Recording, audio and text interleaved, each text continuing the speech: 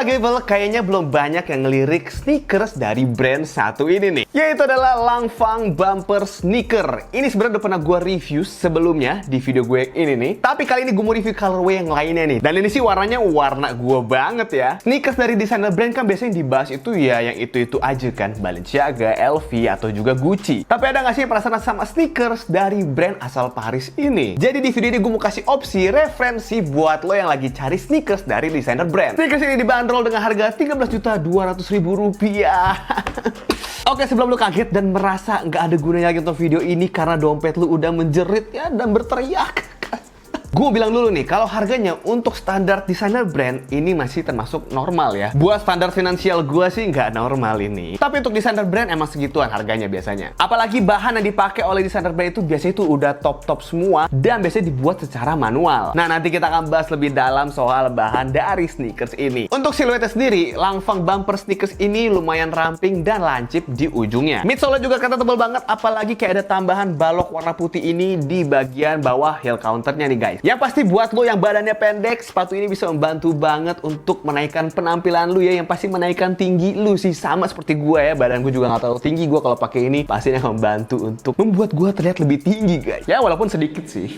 sedikit doang. Jadi dengan warna dan siluet yang seperti ini, menurut gue ini adalah sneakers yang cocok buat dipakai saat lo mau styling ya casual aja gitu. Karena ini desainnya modern, tapi masih di zona aman lah desain modernnya, nggak terlalu yang out of the box. Jadi kayak tetap normal, cuman menonjol gitu. Jadi kalau lo pas temen lo lihat tuh, apa ya, sneakers apa itu? Kayak belum pernah gue lihat itu sebelumnya. Tapi mantep banget gitu. Untuk dari warna dan bahannya seperti ini. Nah, untuk box sendiri bisa dibilang minimalis guys ya, karena cuma dikasih warna dasar baby blue dan ada logo Lanvin Paris seperti ini. Tipe boxnya menggunakan lid yang dipisah seperti ini dan bahannya cardboard box yang keras kayak gini nih.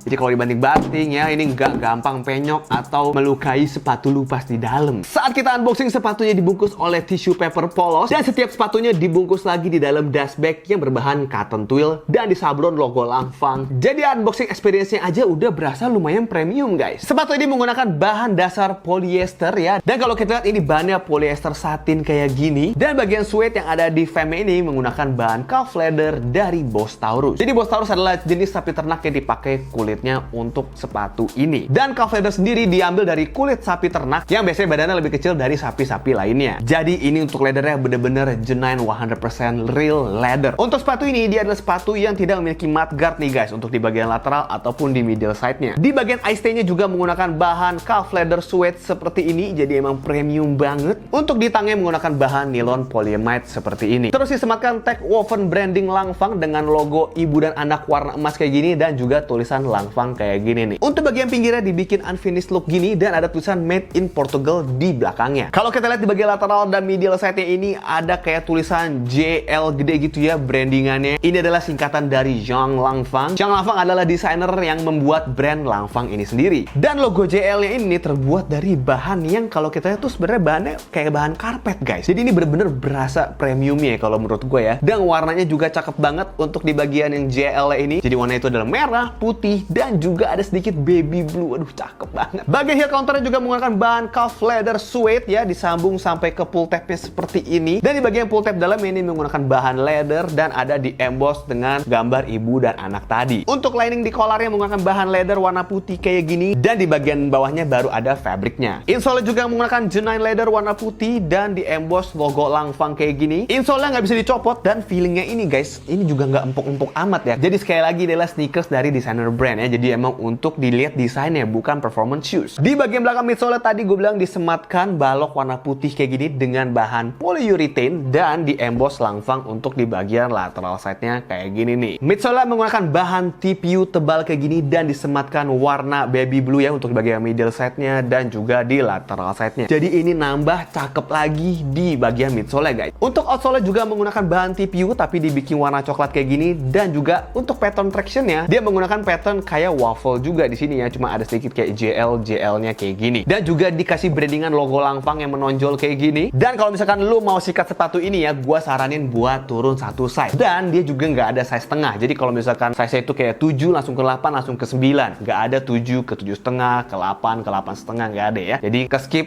setengah size. Jadi kalau misalkan kalian mau naikin satu size, mau turunin satu size. Kalau saran gue mendingan selalu untuk di downsize kalau lu mau sikat sepatu ini. Untuk feeling pasti pakainya karena ini desainer brand seperti yang gue bilang, jadi Jadi ya kalau mau cari nyaman, bukan di sini tempatnya. Karena pasti pakai ini pijakannya lumayan keras guys untuk diinsolnya ya. Jadi emang nggak dibikin empuk, tapi untuk bagian uppernya kan yang menggunakan bahan fabric ya kebanyakan. Jadi masih lumayan kayak nyaman untuk kaki lu bergerak di dalamnya. Cuman kalau misalkan lu mau cari yang nyaman, bukan ini yang lu cari. Seperti yang gue bilang tadi, ini karena outsole lumayan tebal, jadi pas lu pakai lu langsung kayak berasa lebih tinggi ya, sekitar 5 sentian gitulah. Dan ini dia penampakan on fitnya.